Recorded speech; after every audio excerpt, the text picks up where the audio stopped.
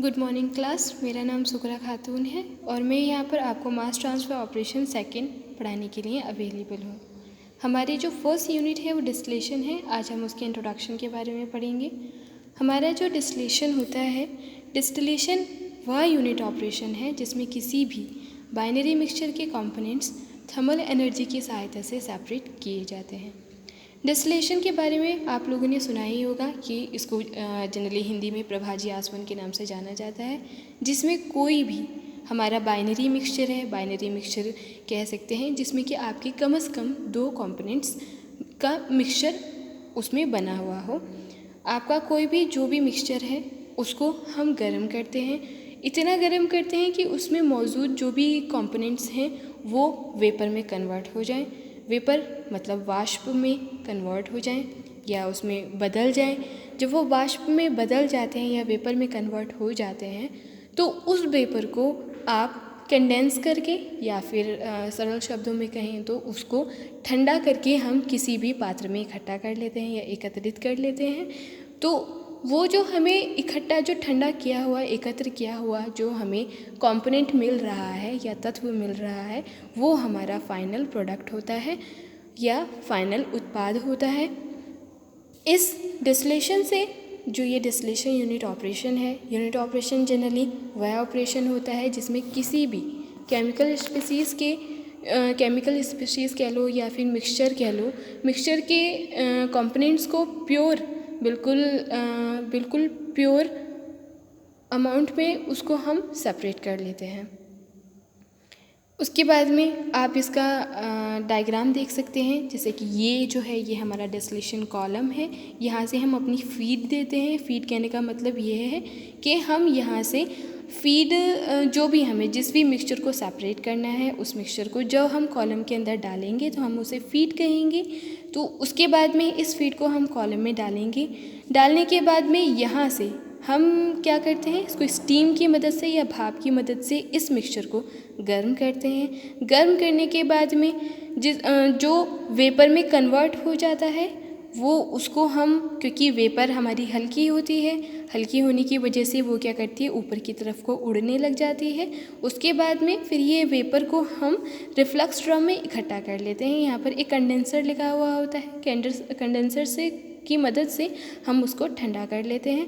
ठंडा करने के बाद में या तो हम डायरेक्ट उस प्रोडक्ट को या उत्पाद पाद को बाहर निकाल दें या फिर हम क्या करें कि अगर हमें और ज़्यादा प्योरिटी चाहिए मतलब शुद्धता चाहिए तो हम वापस उसको डिस्टिलेशन कॉलम में डाल देते हैं। उसके बाद में यहाँ भाप की मदद से वो फिर से गर्म होता रहता है। गर्म होने की वजह से हमें क्या होता है कि उसकी लगातार भाप बनती रहती है, वेपर बनती रहती है और वो सीधे सीधे यहाँ से रिफ्लक्स ड्रम में इकट्ठा होता रहता है।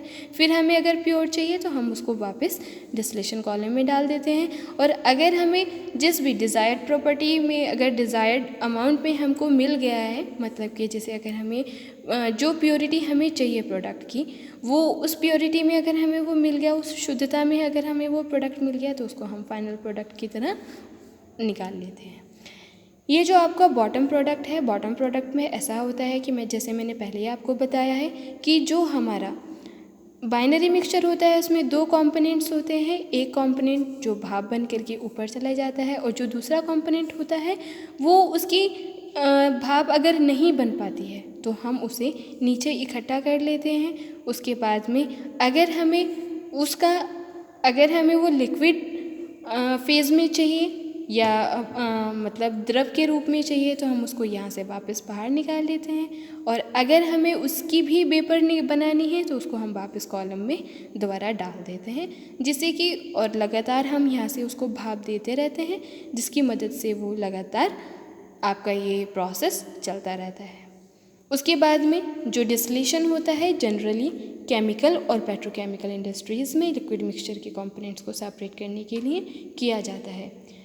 आपका केमिकल और पेट्रोकेमिकल इंडस्ट्रीज़ आपको पता ही है। केमिकल इंडस्ट्रीज़ में आपकी कोई भी, जैसे आपके पेंट हैं, आपका पेपर है, आपका कोई भी आप केमिकल इंडस्ट्रीज़ मान सकते हैं। वो पेट्रोकेमिकल मतलब जहाँ पर क्रूड ऑयल से हम petrol, diesel, kerosene, liquid petroleum gas आदि को बनाते हैं, वो पेट्रोकेमिकल इंडस्ट्रीज़ आती हैं, तो वहाँ पे लिक्विड मिक्सचर आप समझ ही सकते हैं कि जिसमें लिक्विड 2 या 3 या 4 लिक्विड मिले हुए हों, उनके कंपोनेंट्स मतलब कि जो भी उसमें घुले हुए तत्व हैं उनको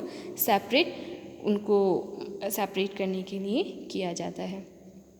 आप एग्जाम्पल भी देख सकते हैं, जैसे इथेनॉल और वाटर के मिक्सचर।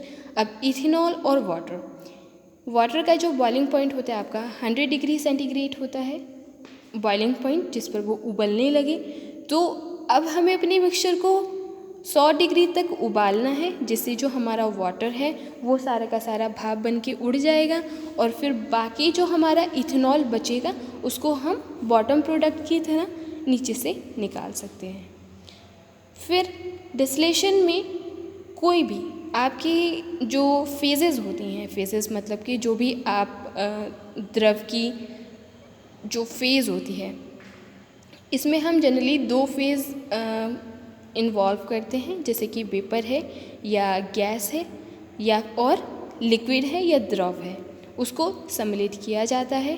तथा दोनों फेजेस में मतलब दोनों जो फेज़ होती हैं आपकी लिक्विड और वेपर, दोनों में मास का आदान प्रदान होता है। मास का आदान प्रदान से मतलब यहाँ पर यह है, क्योंकि मास ट्रांसफ़र ऑपरेशन आपका सब्जेक्ट है, तो इसलिए आपका यहाँ पर मास का आदान प्रदान होता है। लिक्विड से गैस में वेपराइजेशन की सहायता से मास ट्रांसफ़र होता है। लिक्विड से अगर हम लिक्विड को गर्म करेंगे तो उसका जो भी बॉइलिंग पॉइंट होता है, बॉइलिंग पॉइंट से मतलब है कि वह पॉइंट जिस पे वो उबलने लग जाए, तो जब लिक्विड को हम गर्म करेंगे तो वो गैस में बदल जाएगा। तो वो जो गैस में बदलने की जो भी प्रोसेस होती है उसको हम वेपराइजेशन कहते हैं। तो लिक्विड से गैस में वेपराइजेशन की सहायता से मास ट्रांसफ़र होता है। जब वो लिक्विड से गैस में बदल जाएगा तो ये मास ट्रांसफ़र हो गया आपका लिक्विड से गैस में। तो इसलिए यहाँ पर हमारा लिक्विड से गैस में वेपराइजेशन की सहायता से मास ट्रांसफ़र हो गया, तथा गैस से लिक्विड में कंडेंसेशन की सहायता से मास ट्रांसफ़र होता है। तो आपका जो गैस है, अब जो हमारा गैस में बदल गया है, अब गैस में बदलने की वजह से वो लिक्विड से तो अलग हो गया है, बाइनरी मिक्सचर से तो अलग हो ही गया है। अब उस गैस को हमें लिक्विड में बदलना है, तो हम क्या करेंगे, उस गैस को ठंडा कर देंगे। जनरली जो यहाँ पर गैस है वो गैस जो है वो आपकी वेपर है, क्योंकि हम किसी भी लिक्विड को जब हम गर्म करेंगे तो वो जनरली वेपर में कन्वर्ट होगा, और जो वेपर होती है वो आपकी, उसको हिंदी में वाष्प कहते हैं। वो वाष्प को जब हम ठंडा करेंगे तो वो लिक्विड में बदल जाएगी, और उस प्रोसेस को हम कंडेंसेशन कहेंगे। तो यहाँ पर आप देख ही सकते हैं कि गैस से लिक्विड में कंडेंसेशन की सहायता से मास ट्रांसफ़र होता है। तो आपको जनरल इंट्रोडक्शन तो पता ही चल गया होगा कि डिस्टिलेशन क्या होता है। डिस्टिलेशन में लिक्विड व वेपर या गैस, वेपर को आप गैस भी कह सकते हैं, जनरली ये वेपर ही होती है।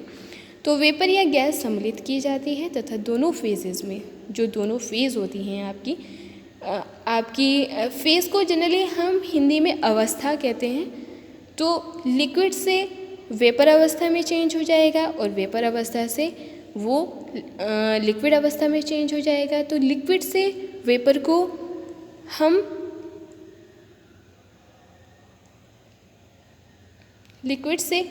को हम वेपराइजेशन की मदद से मास ट्रांसफ़र करेंगे, और गैस से लिक्विड में हम कंडेंसेशन की सहायता से मास ट्रांसफ़र करेंगे। तो ये जनरली आपका इंट्रोडक्शन हो गया। उसके बाद में आगे की जो टर्म्स हैं इसमें आपका आता है, नेक्स्ट टॉपिक है आपका vapour liquid equilibrium. Vapour liquid equilibrium या फिर वेपर लिक्विड इक्विलिब्रियम या गैस द्रव संतुलन, क्योंकि जो हमारा डिस्टिलेशन ऑपरेशन है उस ऑपरेशन में हम 2 ही फेज़ सम्मिलित करते हैं, आपकी गैस फेज़ या आपकी वाष्प फेज़ या वाष्प अवस्था, या फिर लिक्विड फेज़ या लिक्विड अवस्था। तो जो वेपर लिक्विड इक्विलिब्रियम है या गैस द्रव संतुलन है, किसी भी केमिकल स्पीशीज़ जो होती है आपकी, जैसे आपका इथेनॉल है और वाटर का मिक्सचर है, तो इथेनॉल एक केमिकल स्पीशीज़ होगी और वाटर एक स्पीशीज़ होगी। तो जो गैस द्रव संतुलन किसी भी केमिकल स्पीशीज़ की वेपर फेज़ या लिक्विड फेज़ में वितरण या डिस्ट्रीब्यूशन को बताता है। तो वेपर लिक्विड इक्विलिब्रियम, जैसे आप नीचे लिखा हुआ देख ही सकते हैं, वेपर लिक्विड इक्विलिब्रियम या गैस द्रव संतुलन किसी भी केमिकल स्पीशीज़ के वेपर फेज या लिक्विड फेज में वितरण या डिस्ट्रीब्यूशन को बताता है।